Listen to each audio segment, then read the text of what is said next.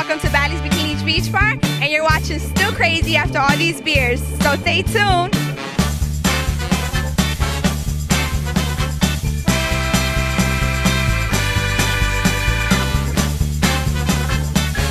crazy after all these beers!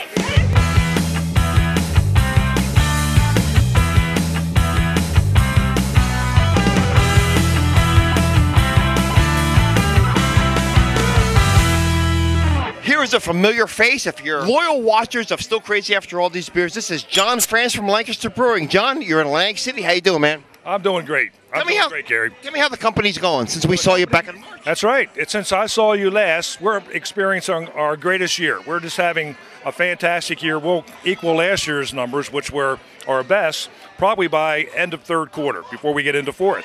So we're on fire down in Philadelphia. We're up in all of our markets. So it's just things just roll and going uphill. I mean, that's a good point. Where can we find your beer? Hopefully you can find it in New Jersey. You can find it in Delaware now. We're in all of Delaware. We're in all of Pennsylvania, all of Maryland, and parts of Virginia. So look for us. And if you don't find it, give me a call, and I'll see that we get it there. You know what? You guys come out with some great regular beers and also seasonals as well. What's your staple from the lineup? Well, the Hop Hog probably is our #1 seller, but then we have, as you commented earlier, that great 12-pack, the Barn.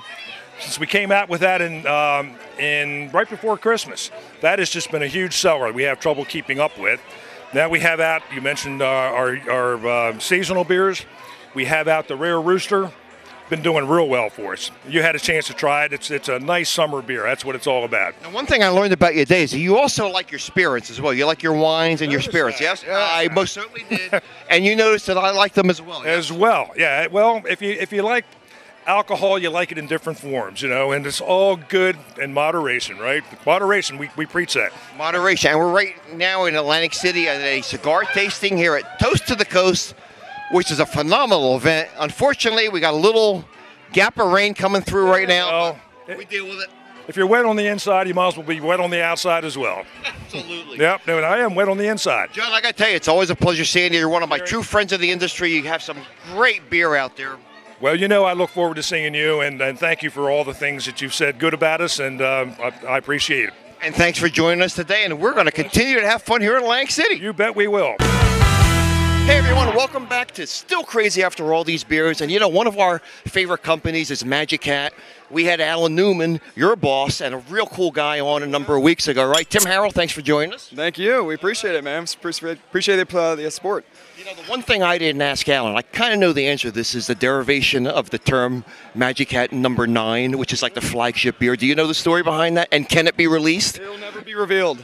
An ale cloaked in secrecy. That's how we keep it, man. Well, let's put it this way. A lot of people think it has to do with John Lennon's song when he was with the Beatles, but I'll tell you this right now, that's not it. It's not, but you know, we leave it up to your own imagination. How about that, right? What we do know, and we don't need our imagination, is that it's an absolutely remarkable beer. But what you also have here today is your seasonal, your summer seasonal, which is still going to be out for a little while longer, and that is? Hocus Pocus. Okay, tell us about Hocus Pocus. It's our take on a classic summer ale. Perfect, a light, crisp, refreshing ale, perfect for hitting lazy fly balls, mowing lawns, and communing with nature. Best garnished with a wedge of orange wedge, excuse me, for to sacrifice for cloudless days, is what we could say. Now, you know, there's really two schools of thought on the addition of a wedge of fruit, and you kind of recommend it? Well, technically, it's a filtered wheat beer, so people, it's more on people's preference. You know, I like it just the way it is. But if you're into that, if you're into the fruit beers, which are a big craze right now, sure, it goes well with it. So, and you know, even though it's a seasonal beer, a lot of people like the style of beer all year. Oh, they love it. They love it. You know, it's just a very easy drinking beer, very light, very crisp. It can go for a lot of palates. A lot of people like it. Whether you're a dark drinker, light drinker, it's perfect. You guys at Magic Hat always seem to have fun. I mean, it's really not an act, huh? We have a blast. It's supposed to be fun. It's the beer business, right? It's all about beer, right? Okay, we're going to move on. Try a couple more samples of beer. Tim, thanks for joining us. We love Magic Hat, man. Pleasure, guys. Okay. Appreciate it. I'm joined by my friend Tim Adams from Peak Organic. Yes, sir. Thank you for having me, Gary. Oh, you know what? I got to tell you something. I guess about 4 or 5 months ago, I tried my first Peak Organic beer, and it was absolutely delicious. The rep said, hey, I got a beer for you to try. You're going to like it.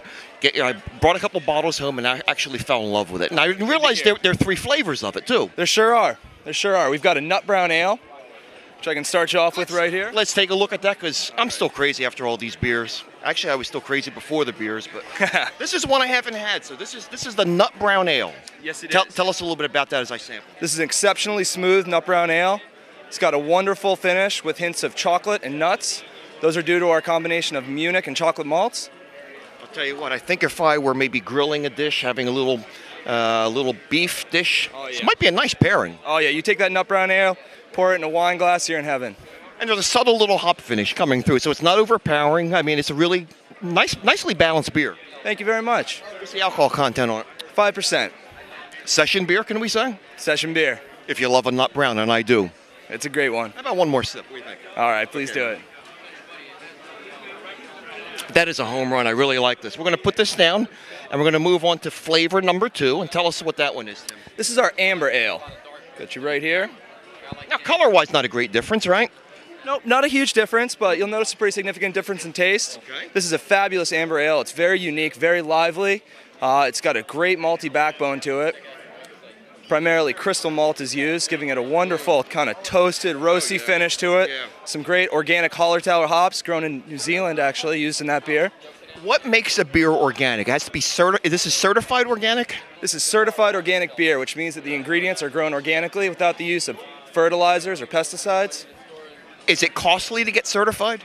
It sure is, but it's worth it because using those organic ingredients really comes through in the finish for a wonderful, fresh, pure flavor. Now, where's the company based? Portland, Maine. And distribution's where? All throughout the East Coast. We've got distribution in the Midwest. We've got some in Southern California. We're just growing at an incredible rate right now, Gary. Is it because of the rush to get into a green lifestyle, so to speak? I mean, is that part of the attraction? Because the flavor speaks for itself. Right. That is certainly part of the attraction. And, people are catching on that because of those organic ingredients, we're getting a great tasting beer. Excellent. All right, let's put this one down, unfortunately. I'd love to down them. You know that right now. And we'll move on to flavor number 3. And this is the one I had before, and this is the pale ale, right?